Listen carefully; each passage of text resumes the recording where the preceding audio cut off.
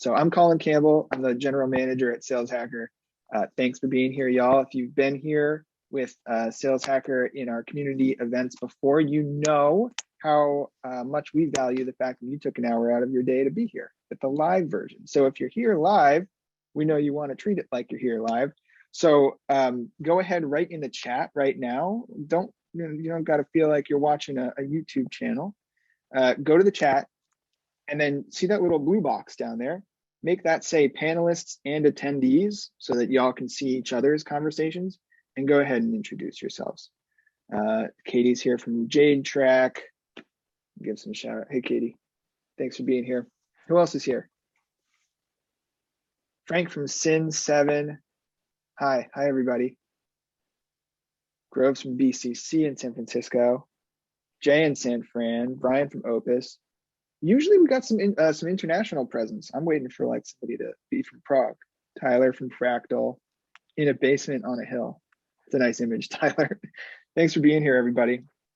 Keep that chat active. You can talk to each other and do whatever you want there. You can also ask questions in the chat.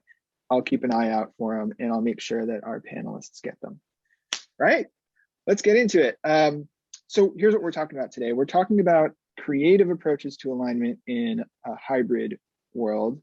And to help us do that, we're really, really lucky to be joined by some pros and some people with really interesting and different experience. So first off, we've got Nick Casale. He was the third hire at Sendoso, the first sales hire, and it built all the sales processes from the ground up and is now director of sales at Sendoso, overseeing both mid-market and enterprise sales, right, Nick? Yes, focusing on commercial actually now. We were lucky to finally hire an awesome head of our enterprise sales team who I'm lucky to work with. Oh, would that happen to be Valerie? Valerie Hahn just joined from Sendoso. Hey, Val. Hey, Valerie, how's it going? Now, a guy named John Sands just joined us. Shout out to John. Cool, shout out John. All right, so yeah, Nick is from the director of Sendoso. Sendoso, if you don't know, sponsored this webinar, thank you, is the leading sending platform. So check them out. I'll put a link in the chat later if you want to check it out. We're also joined by Jimmy Chen. So Jimmy is the global director, I'm gonna get this wrong, global sales development director at HackerOne. That's correct, yep. Yeah. Happy to be here. So leading all of the SDR functions in every geo and every segment, right? Correct, yes. Cool. And HackerOne, for those who don't know, is a cybersecurity company helping cybersecurity leaders manage and assess risk. And last but absolutely not least, Kate Athra is here. She's the VP of Growth at Bombora. It's the B2B intent data provider. We've talked about intent data a few times recently in these webinars, so you can check that out if you're interested. But can you sum up your role for me, Kate? Because I think it's one of these roles that like does a lot of things. Yeah, I got it. Well, I'm a Sendoso customer, which is part of the reason I'm lucky enough to be included here. But I built out the SDR function at Bombora and then handed it off to the sales team, but you kind of never let go. And so I'm primarily focused now on demand gen and feeding that SDR team, but very much responsible for figuring out and managing and maintaining the alignment between sales and marketing. So that is kind of the summation of that growth title. Right on. And you're also the author of the Amazon bestseller, Millennial Reboot, right? That's what it's called? I am. It seems so long ago at this point. It was like 3 or 4 years ago that we published that. So yes, thank you. Thanks for the shout out. Buy my book. It's great.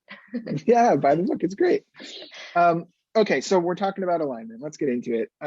Nick, I'm going to go to you first and just ask, like, why does right now feel like a particularly appropriate time to talk about alignment, and what does it mean to you right now to be aligned? Yeah, great question, Colin. And I'll quickly disclaimer, of course my Wi-Fi was great all day and now I'm getting some fuzziness. That's okay, we can hear you fine, and your video will catch up. All right, I'll dial in if it keeps having any hiccups. All I right. think the part that stood out to us when we were talking with Jimmy and Kate and yourself about alignment was, I think alignment fatigue really right now, Mm. where there's so much intention that's going into people trying to stay aligned that they're just throwing time on the calendar, throwing meetings together with as many people cross-functionally as they can, because you can't just grab someone and chat in the office. So I think we're really seeing sort of this intention toward alignment overload that's actually having a sort of regressive effect on actually staying aligned as a business. Yeah, I would you know, it's totally interesting. agree. Yeah, go ahead. Kate. Sorry, What's your I take? just butted right in there, but the way he said that, but yeah, I think it's everyone's like everyone's very concerned where we're not going to be aligned, and so I agree. We are having that same thing internally, where it's just like overkill of like we must do all of these Yeah, things to make sure people are still talking. interesting. You know, I hadn't heard the phrase alignment fatigue, but when you said it, Nick, I was like, oh, that's what I've been feeling. That's the word for it, because I have a lot of conversations where people are like, oh, we need more alignment, we need this, we need that. And I'm like, do we though? Do we? But then I feel kind of like the jerk for thinking that. Something's wrong with me. Does that It's resonate with you, Jim? rather Go ahead, Jimmy. ironic, isn't it? Right? It's Yeah. everyone is trying to fill the vacuum of what we should be doing in these times where no one truly knows exactly what is the right way of going. So you have many different competing visions of what is alignment, which thereby makes us less aligned, as my friends up here have said. It's quite bewildering, and as Nick has mentioned, there's just a ton of waste. Yeah, yeah, interesting. Okay, so to your point, and we're going to get to some specific approaches to alignment right now, through this lens of like, let's keep it real, and what do we need, what do we not need.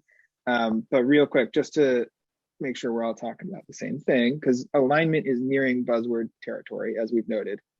What does alignment, or what should alignment mean right now? Like, what should it look like and feel like? I'll go to you, Kate. I mean, this is one of those like it's different for every organization, so you have to kind of take a look at yourself in the mirror. But I think for purposes of this webinar, we're really talking mostly about sales and marketing, and the communication flow continuing, and in my opinion, the trust continuing, to be a consistent presence, and to everyone feeling like they can share feedback and give input without it being too difficult, or even with that in-person bit of it missing. So I think from our perspective, and I guess a little bit of context real quick, Bombora has always been remote. So the remote aspect isn't new for us. But what is missing for us is that like a couple of times a year at a conference when you're in person and you can go and have drinks with people from another team, or the office, like the once a year planning session where everyone's in the same office, those sorts of things. That's the only thing that's really changed for us. But I do think it's a big deal. And so I think we're talking about maintaining alignment despite things being a little bit different. Yeah, right. If You go I ahead, could just Jimmy. quickly jump in there. I mean, it's quite interesting. I think I look at it across two different dimensions. The first is awareness, and the second is agreement about what's going on. So a quick way to check this is like, if I'm on the sales team and I ask a marketer or vice versa, what are we doing? And they give me two different answers, we're not aligned, right? But if they give me a similar enough answers, like we're doing X and this is what's going to happen, this is what should happen, then at least there's that shared understanding and awareness of what's going on. And the second part to that is, I think it's agreement. Like, do you actually believe this is the right thing and what we should be doing right now? So there's a bit of buy-in that's involved in there. Yeah. Anything else to add there, Nick? And I think in general with the topic, everyone is, hopefully you're conceptually aligned and you're aligned on KPIs, right? So let's just take that and put it aside. The question then becomes, why are there missteps in alignment? And to me, the answer is that everyone is agreeing in a meeting on what they're going to do, but someone in that meeting is offline saying, screw that, right? And so where does that come from? That's what I'm really interested in, is where is the offline sort of passive disagreement coming from? Because everyone theoretically is always aligned in an organization if you're doing the right basic blocking and tackling and you're having the meetings you need to, you agree on your KPIs, and the executive team is pushing your OKRs top down in an effective way. But why then are two people who are executing the strategy on opposite ends of the aisle not walking in the same direction? And I think the answer there is there's a lack of trust, right? And there's a lack of connection. And for some reason, someone doesn't feel like the other person is holding up their end of the bargain. And when that happens, when that trust deteriorates, you lose both sides of it, right? And then you can get on the meeting every week and you can say all the right stuff. But if you're not actually moving in that same direction intentionally, it doesn't matter. Nothing's actually happening. So that's why I think when we were talking about this earlier, Kate and Jimmy, the part that resonated with me is just understanding what are those little bits of human connection that are happening between the lines, where you can actually understand someone as a person, not as the director of demand gen, not as the field marketing specialist, and get to know them so that then when they're on a meeting, you can ask them a tough question, or they can ask you a tough question because you have that foundation of trust. And I think we all have those professional relationships where the people you work best with are not the most agreeable surface level relationships, right? You get under each other's skin a little bit. And to me, that is alignment, right? That's pushing the envelope a little bit. And I think that's what we're missing, right?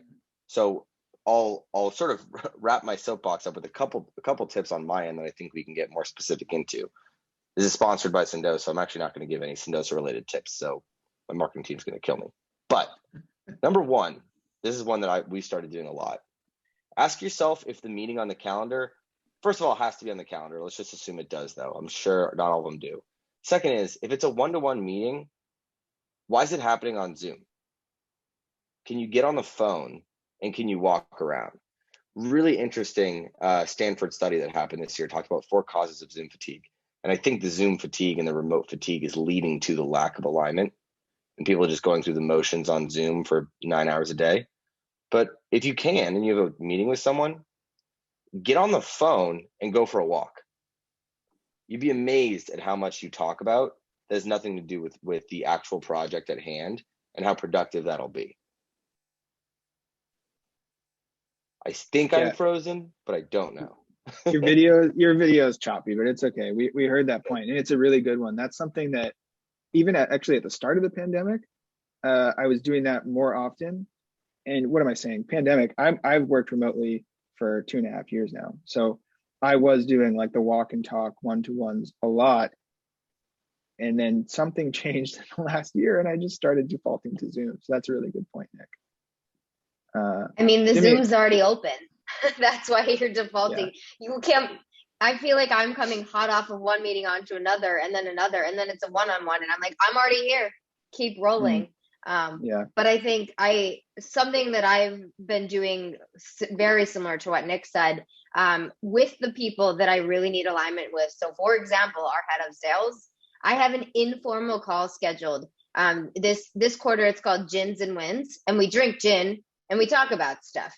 And it doesn't have to be wins necessarily, but we try to talk about things that are not just work related. And it's not like we don't start with a to-do list. Like we have to cover this and this and this. It's more of that free flowing conversation, which the gin probably helps with too. But it's very much just a casual, like we would be doing this at a bar in New York if we were in New York office. So we kind of recreate that. Sometimes Zoom's on, sometimes not, but it's also more of like I'll see his dog go through the background or his kids go through the background. It's like, yes, you're in my living room now. Less of like we're in the office, super formal. And I think that has really helped with the alignment immensely. So I agree with you on that suggestion, Nick. And I think part of it too is I actually saw a new product yesterday that's basically Gong for internal calls. So companies can create a library of all of that to, I'm sure, help improve alignment and everything. But we're basically living in this sort of quasi Truman Show all day where every single interaction there's just a comment said, is this going to be recorded? The answer is definitely yes. everything is always recorded now. And so you're almost getting a little bit of, even with these internal one-on-ones, they're probably recorded somewhere.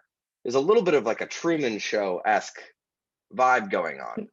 And it's hard to really get that honest, authentic conversation. So every once in a while, get on the phone, right? Drop a few curse words, get mad, ask about how someone's kids are doing, right? Ask about what they're going to be doing personally, not in a forced, process way where there's just a vacation Slack channel, which is great. We have one of those too. But actually get to know the people you work with, because that's what we're missing right now. And that's the part that I feel like has been sort of pulled out from under me the most. And so that's why, Kate, I loved your example of the gins and wins, or having a few too many martinis on a Thursday, and just talking about maybe 20, 30, 40% substance, but venting a little bit, talking about what's frustrating about your role. And I think in those moments are where you really find you connect and you find the opportunity to help each other. It's really interesting. And this is I actually experienced, we were talking about this before we joined everybody, so don't be alarmed if the panelists don't look surprised. But I actually experienced this earlier today, where I'm living in this world, right, where I'm always feeling pressure to align more, and like have more communication, and like, make sure people know what I'm doing and that I know what others are doing. And then I had an hour today where our HR team set aside some time for breakout groups for us to just talk to each other as colleagues about totally non-work things. Like we did a show and tell, and I talked about my mountain biking helmet and how it protects my brain when I'm ripping up the trails. And we talked about our best friends, and it was great. And I left the meeting feeling invigorated, and better prepared to work with my colleagues, even though we didn't talk about work at all, which was surprising. So maybe a tip to share with the audience is like, do a show and tell if you can't see people in person. I enjoyed it. We've also played a game, a Wikipedia game. I don't know if everybody knows this one, but you like pick a page to start on. Like everybody agrees you start on the leopard frog page, and then only by clicking the links in the text, you got to race to like Harriet Tubman, and whoever gets there first wins. It's just like a fun way to have fun together and build an actual human personal relationship without making every single thing about work projects. That point is a very good one, because it's something that we've tried to implement at our organization as well. It started off with a lot of like forced socialization, or as one of my colleagues would describe as vacation with your parents. And and they people kind of revolted against that. So we really thought about how do you help people build personal relationships, to the points that my esteemed panelists have also brought up about creating trust across different stakeholders. What we've kind of landed on recently is inviting marketing to just different parts of our meeting more and more. So even the mundane things, because sometimes they're curious, right? Mm-hmm. And having them participate in a lot of the icebreaker activities, like the first 15 minutes that we reserve for a fun question, like to just kind of get people familiar with one another that they couldn't do. And it's landed at a nice place. I don't know how long it's going to go on, but we can kind of measure it by just taking a look and seeing like, hey, like, have you reached out directly to this person before, right? Like, have you actually talked to them? Things like that we use as a gauge. But I don't know, time will tell, right? It's a fairly new process for us. Maybe I can ask y'all, anybody feel free to answer, but this is a challenge that I've run into before. Jimmy, you mentioned there's like, for you, there's 2 layers to alignment. There's awareness and action. I have run into trouble on the awareness alignment before, where I talk to some people who I believe are the most important stakeholders on the project. I make a decision, I announce the decision, and then I hear from 10 others who are like, what are you doing? I wasn't aligned with that. I didn't know, and now I've got feedback for you. And like part of me, my reaction is, that's the way work goes. Things are going to happen, and then you can have feedback. And if it's valid, I'll implement your feedback.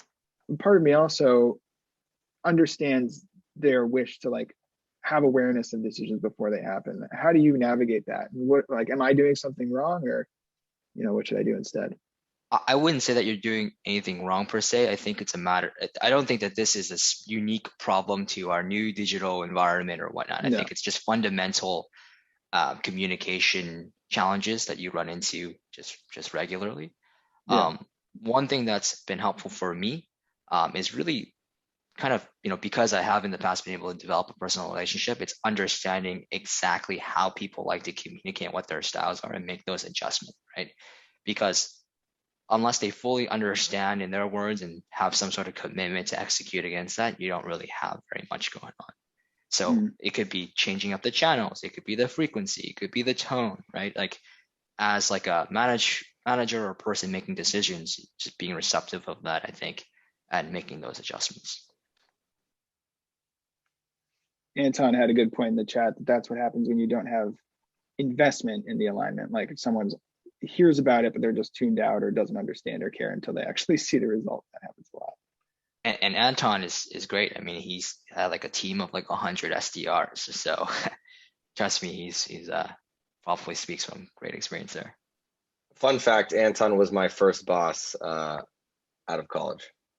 Thanks for being here, Anton. Can we invite him on? Just have him join the panel, right? Seriously, can we get him? Yeah, we can. In? Anton, if you're in a position where you can join and join the get chat, him in here. You're welcome to. Raise your hand and I'll add you. One of our newly minted VPs of sales development. Come on. Let's not put him on the spot. He can't. 1-year-old sleeping. Okay. All right. All right. I love Nap it. time. We gotta keep it quiet. Well, I love his point though here. Anton's much more of a process thinker than I am. So he said clarity, then alignment, then intent, then prioritization, then execution. I'm gonna have to let that settle. Clarity, alignment. Okay. I like the intent piece. I mean, I think this is like the basic. This is like almost how you communicate anything you're trying to get done, right? It's like you have to gain clarity on what you want to get done, align on it with the intent, sort of explain why, and then figure out your order of operations before executing. If I read that correctly, yeah, I think that's really well said. Though I'm a fan of that. Yeah, I like that. That's like a helpful framework. Go ahead, Kate. Sorry. I'm just thinking that the intent part there that you mentioned that's getting the why figured out and making sure everyone understands the why. That's that critical step to the trust you were talking about, Nick. Just making everyone's aware of why we're doing this, and why we both need to be doing this, or all of us need to be doing this, and what kind of that end goal is. And that's where the trust comes in. And I think if there's not agreement on the intent, that's probably a good or a probable place for a breakdown. And I think circling back, whenever you have a process that sort of, let's say you're trying to align your sales and your marketing team, sales, marketing, and SDR, if they're not orged into that, to drive attendance to an event, right? Like I think that's happened for all of us, let's just say. Anton's happy to talk to it. Let's get him. See if I can. I think there you go. That'd be fun. Hey, Anton. Thanks for joining. Muted. You guys are in for it now. What's up, man?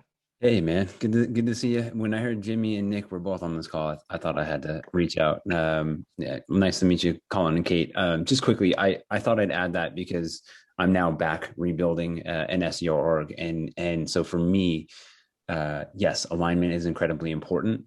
But understanding people's perspectives, because you might say what you think is the same thing. And what I'm seeing is that the way we even approach whatever that quote unquote same thing isn't actually the same. So if we're talking about what we think a trial might be, and somebody is used to a very managed service trial where that means a completely different thing than a SaaS-based trial where we're giving people access to the platform, we might be saying the same thing and then go off for 2 weeks and come back and there's a complete disconnect from a business function issue. That's just like potentially an example. So what I've come to understand be really important is clarity first, right? And you have to have that upfront investment in terms of like, okay, so what do you actually mean when you say this? What are the underlying assumptions?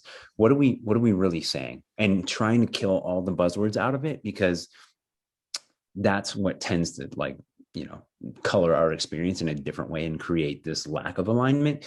And then we align on it. Now, Kasali and I might not agree, but at least he knows where I'm coming from and he knows what my priority is. And then we say, okay, well, you focus on that, you focus on this, and we can A/B test it, or we can say, hey, look, these are the things we need to understand to be able to make a combined intent or a mutual intent to go forward on this. But that I mean, that to me is really how I think about it from a work perspective. I totally agree with everything you guys were saying around a human perspective and getting to know the people behind the employees.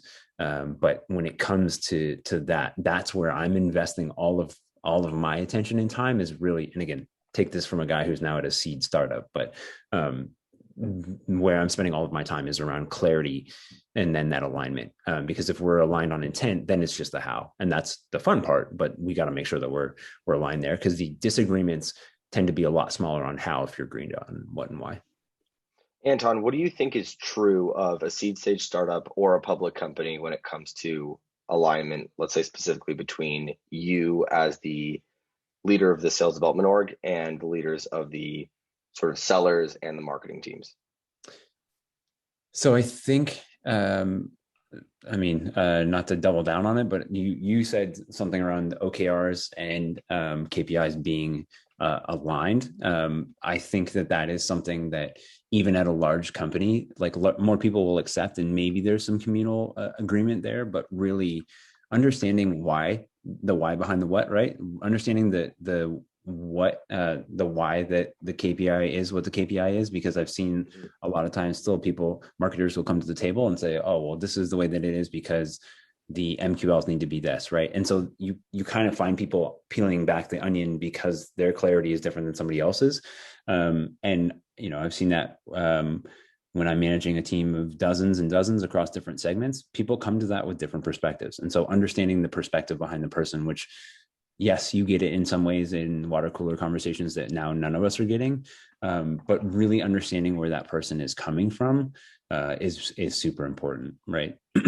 So understanding the motivation, the intent, the person who isn't on LinkedIn is really, really important. So this is something that I actually brought in my last job and kind of like built as a mental framework in my last job, and have brought it to this one. We'll see where it falls apart. So TBD on that answer a little bit, but I think just, again, really not just taking intent for what you assume intent to mean, and asking the quote unquote dumb questions to make sure that we're aligned on why you're thinking that should be the intent, and then going into the how.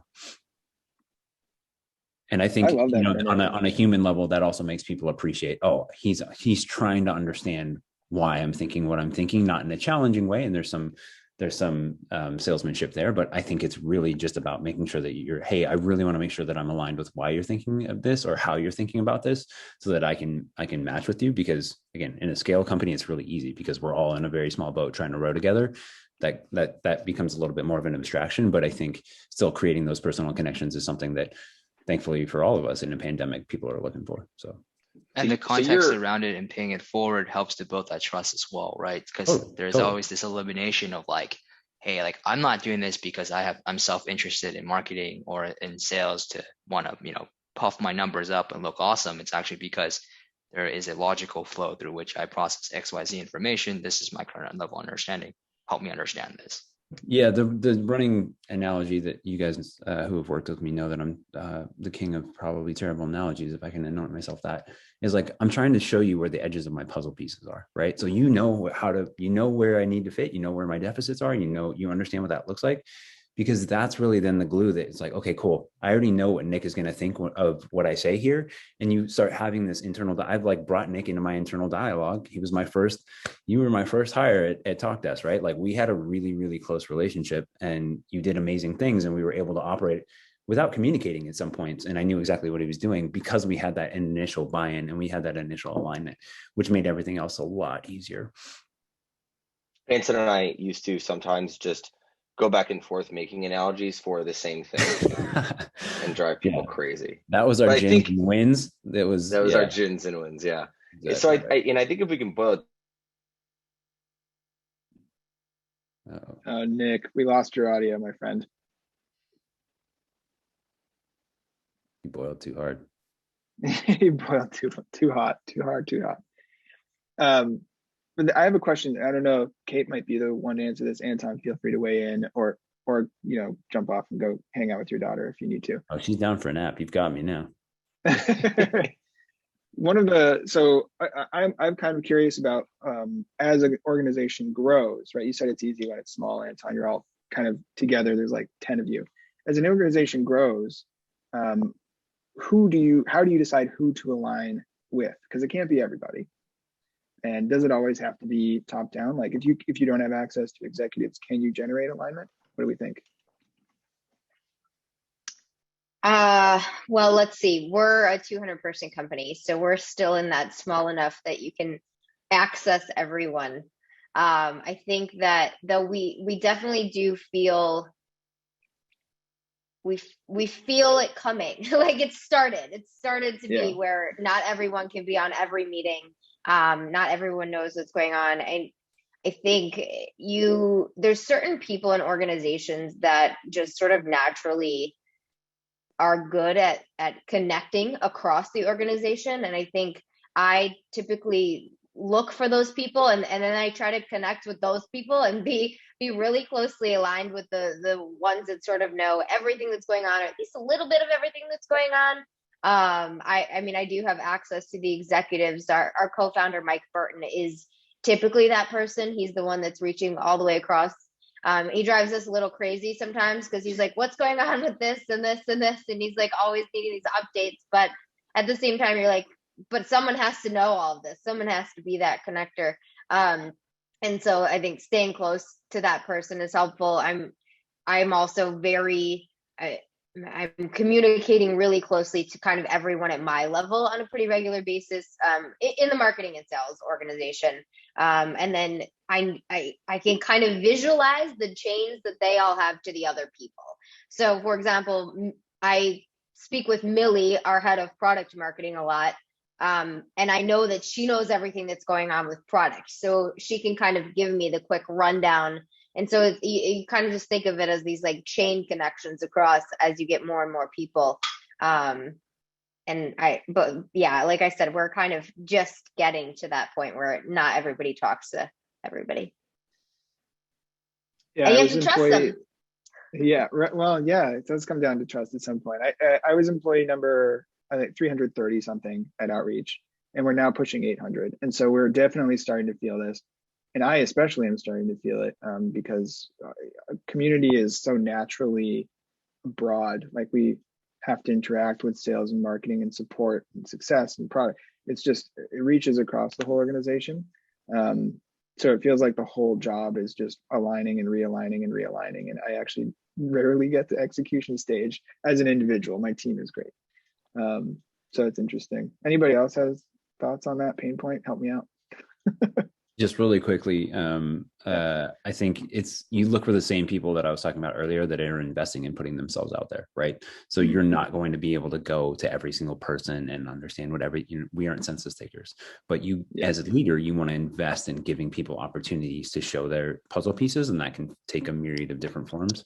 But what you want to do is find those people that are showing you the edge of their puzzle piece and showing others the edge of their puzzle piece, and encourage people to do that, because that's how you build the fabric, right? And so again, I completely agree. The last company I left was 1,000 people. And so you start there and you say, hey, look, like, here's what I am, here's what I'm working on. And you will find people that gravitate toward your mission, the same way that we're on LinkedIn, and we'll find people that engage with our posts or really feel what we feel. And then you build connections over distance across companies, across missions, and all kinds of things. You do the same thing inside of your company, right? And you do that with reporting, you do that with conversations, you do that with the things you're investing in. So you put your puzzle piece out there and see who kind of attaches to it. And you also have to look for other people, because they're not going to do it in the same way that you do. That's good advice. But then you have there's a lot of people under that iceberg that will see the puzzle, and they'll start to get it, and then they triangulate from there, right? So either way, you're building that picture. Cool. I like it. Oh my gosh. If y'all don't mind, someone likes my analogy. Write it down, Nick. Yeah, for the record, yeah. Colin liked Anton's analogy. I'm not sure it means much, Anton. Sorry, It probably doesn't, but I appreciate it. Sorry, Nick, did you want to add something? I was just going to say, you know, he's on one when Anton starts layering his analogies. We've got a question from earlier from Giselle. Thanks, Giselle. She asked, like, what's the recommendation for companies that you're outsourcing marketing efforts? And specifically wondering if there are tools that can help kind of knit the outsourced marketing efforts into closer alignment with in-house sales efforts. Anybody have experience with that? Whether it's a tool or not. But I feel like you could just use Asana or Trello, but I'm not the person to ask here. Yeah, so maybe no, maybe there's not any software or like tool specifically available for that. I would imagine that if it's oh, sorry, go on. You go. I mean, I was going to take a stab at it. So, Kate, I mean, as the marketer in the room, so to speak, maybe we should defer to you first. Our marketing, like our core marketing, I've never worked at a place where that was outsourced. But we do outsource parts of our marketing, like PR, for example, or we actually work with a content agency that's really great, but both of them are like part of our team. So they're frequently added to like calls throughout the week. We have them in our Slack channels. So I think like the way that we do it is that we include them as if they're just another like marketing function on our team, but they're part of Bombora. They don't have a Bombora email address necessarily, but they do have access to our Slack. We can communicate with them. That's what works for us with these two organizations. Neither of them are particularly formal either. I'm sure if you're working with a huge agency, they'd be like, we use Asana and you must also. But part of the reason we work with those two agencies is because we're like, we don't want to be that rigid. We need to be flexible. We have a lot of things that kind of come up unexpectedly, or ideas that spurt, and we want to act on them really quickly because we can as a startup. And so I guess it's like treating them as part of the team is my best suggestion. But you have to have the resources to do that. Like you have to have people to do that, to bridge that gap. And I think so maybe the answer, maybe the answer would be to make sure that there's at least one person who's really responsible for the relationships with those outsourced people, rather than it being kind of like here, it's your potato this week and it's your potato this week, and they have a whole bunch of people to go to. But having one person be responsible for those agencies or external resources is important to make sure you're actually getting what you pay for with them, if nothing else. Well, and Kate, part of what I think you're saying too is like align on your goals and ensure that they are marching toward that same end result that you are, or else naturally you're going to end up sort of going in different directions. Yeah, and we are like really bluntly clear with them on some of our goals too. And I mean, by having them, like when I say they're part of our team, like they know confidential stuff that before many people in the company know it, because they have to help us go to market with it. So you got to trust them with that stuff too. So the relationships are really important because they do have to be really a part of your team. Jimmy, you mentioned outsourced SDRs. I don't know that that's what Giselle was asking about, but that's something I get asked about a lot. So do you have any experience there to share? I don't know if I have the best answer for this, as I did not have a very positive experience with outsourced SDRs, but that might be my bias as a person that runs an in-house SDR team. That's okay. Tell us what didn't work. Yeah, I think it's a lot about clarity around ICP and kind of the qualifications and holding people accountable for that. Making sure that they don't burn their territory, right? Having a really good targeted list, making sure that you're aligned across different contacts. Consistency around what the pitch sounds like and kind of what they're looking for. So it's a big sales enablement process as well. Granted, my last experience doing this was at an earlier stage startup, so there could have been product market fit issues, right? ICP issues and the like. Got it. Yeah, Jay Miller said he was searching for outsourced SDRs recently and didn't have much success. Jay, if you connect with me on LinkedIn, Nick Caselli recommends Revenue. Yeah, we can talk about that, Jay, if you want to connect with me on LinkedIn. I know some people you might want to meet. Cool. So this is actually just a change of topic really quick, because something that we talked about, the four of us, when we chatted earlier this week that actually hasn't come up, is we talked about how field events are usually a great kind of forcing function for sales and marketing alignment. And that's changed a little bit in the last year. And what I thought was interesting about that conversation was that Jimmy had different experience than I think Nick and Kate. So Jimmy, would you mind telling us like how you feel that specifically has changed alignment for your teams in the past year?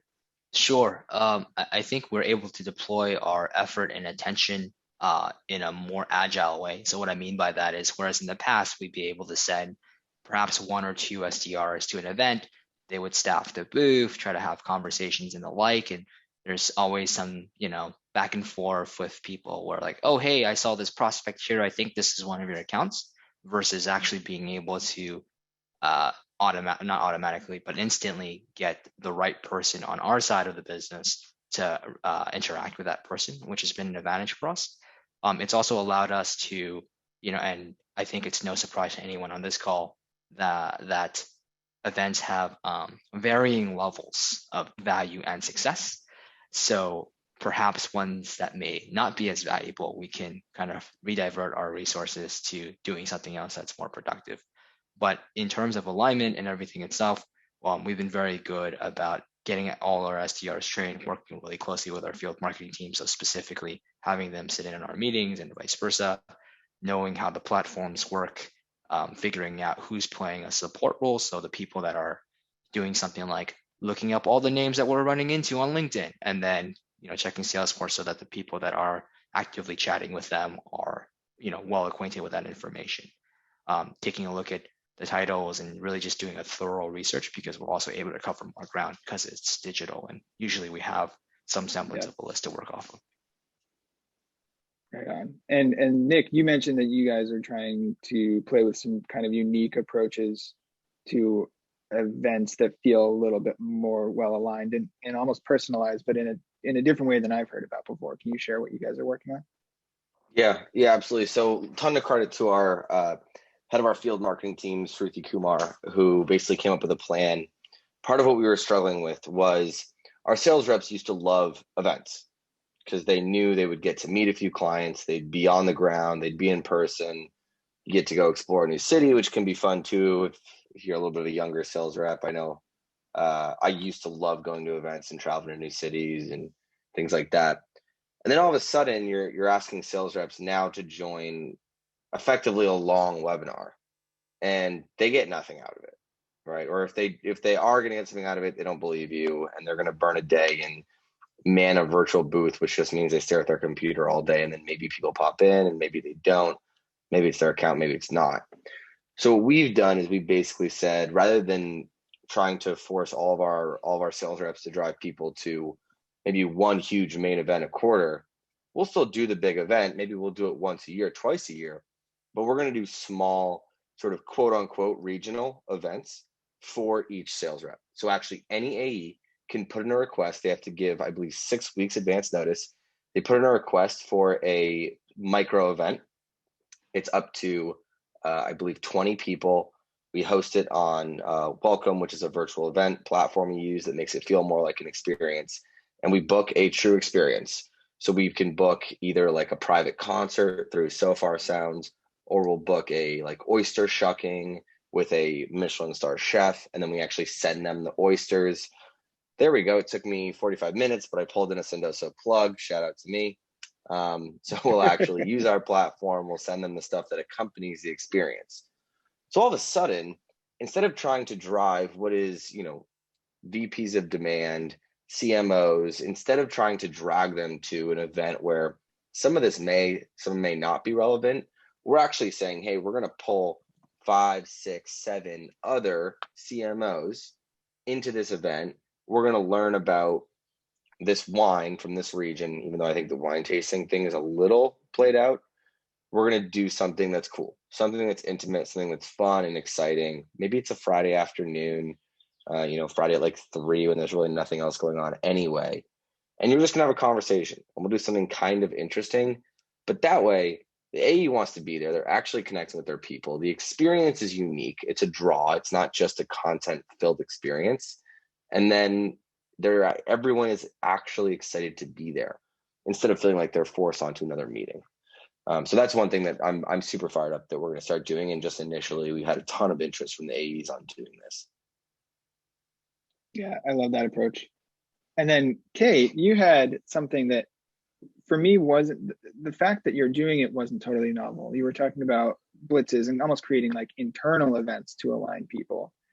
But what interested me about that is that when I used to run blitzes, it felt like a blitz because everybody was on the sales floor together and you could hear the phones and the keyboards clicking and all that. So like, what are you doing with Bombora being remote? How do you generate the feeling and like make it an event internally? Well, yeah. So candidly, we have room to improve. So I think, and I was gonna shove the Sendoso plug in for Nick, but he got it in there. But we need to do a better job of working with sales to do events like what Nick was outlining. But I also do think we could probably do a better job internally with maybe Sendosoing stuff actually to, I verbed that, actually sending stuff to our team prior to a blitz to get them excited. So for example, we do a lot, well, I'll give some background for the blitz. Our data can go into like a bajillion different platforms. And so when sales is looking at their list of accounts, they can see what tech those accounts have. But a lot of times there's like still 6 different options that person could use our data in. So we orient the sales team around just one of those platforms for a week, for example, and we say everyone that has, I'll give Terminus as an example because we're partners with them and I just was on a call with them. So Terminus, everyone who has Terminus, we're going to get the sales team a list of all the accounts that have it that they already own. But putting it into one concise list, getting all the resources together about our Terminus integration, making sure that they have the special pricing that people who are Terminus customers get if they are a Bombora customer, making sure that sales just has this really concise packet of everything. And for a week, they just go after with the messaging around Terminus, those accounts. And hopefully they're picking up the ones that are like, oh, intent data, we want to use it for our display campaigns, perfect fit. If not, hopefully people are like, well, yeah, we have Terminus, but we don't want to put our intent data there. We want to put it somewhere else. Great, we can talk about that too. Like, we're not like, go away. But I think that's been helpful because the sales reps get decision fatigue just looking at all the different options of ways to sell stuff. So we're trying to help orient them around that. But I also think we're doing too much of it. Like, I think there's like this, well, we did a blitz last week. What do we do this week? And it's like, no, we keep going on that one. They're not done. Like, give them a second to breathe. So I think that there is probably an opportunity to move to more of like a once a month type of cadence, like one blitz per month. And we actually, like, I don't know, send all the reps a Terminus t-shirt. Like, that's a bad example. Probably that's not that exciting, but maybe a Yeti would be. So I think we could do more internally to get the sales team kind of like, yes, this is actually what I want to focus on for a while. I'm aligned, makes sense, like marketing, good idea. But we have work to be done there for sure.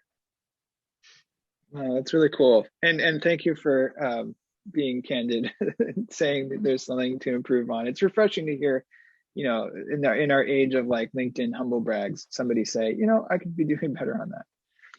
The idea for the blitzes did come from a gins and wins with our head of sales. So at least there's some alignment that was working there, but now we just have to execute it better. There you go. So if I have one takeaway from this webinar, it's that like gin and whiskey and wine is really how alignment happens. That's what I've learned from you four. Okay, so we've had a couple good questions. I'll give the attendees, if you're here live, one more chance to submit any last minute questions about alignment, sales and marketing, butting heads, stuff like that for the panelists. And if nothing comes in a few seconds, I'll let everybody go 10 minutes early and we can all go make phone calls and get water and take bio breaks and gather around virtual water coolers and do some forced socialization. Thanks for hopping in, Anton. You're the man. Yeah, thanks for being here, Anton. Go ahead, Nick. I think Wanna in the close this spirit out? of, I think we talked about this, maybe it was a different call I was on, but Microsoft ends all their meetings 10 minutes early now, so that everyone has a chance to decompress, not stare at a screen back to back. So we could take a page out of the Microsoft book and give everyone 10 minutes here. Yeah, I'm How's that into sound, it. Colin? That sounds good to me. I think it sounds good to everybody who's here watching. Thanks so much. This was packed. So I'm going to try to do a good summary and send it to everybody. Nick, Jimmy, Kate, and special shout out to Anton. Thank you all so much for being here, giving us your time and your experience. We appreciate it.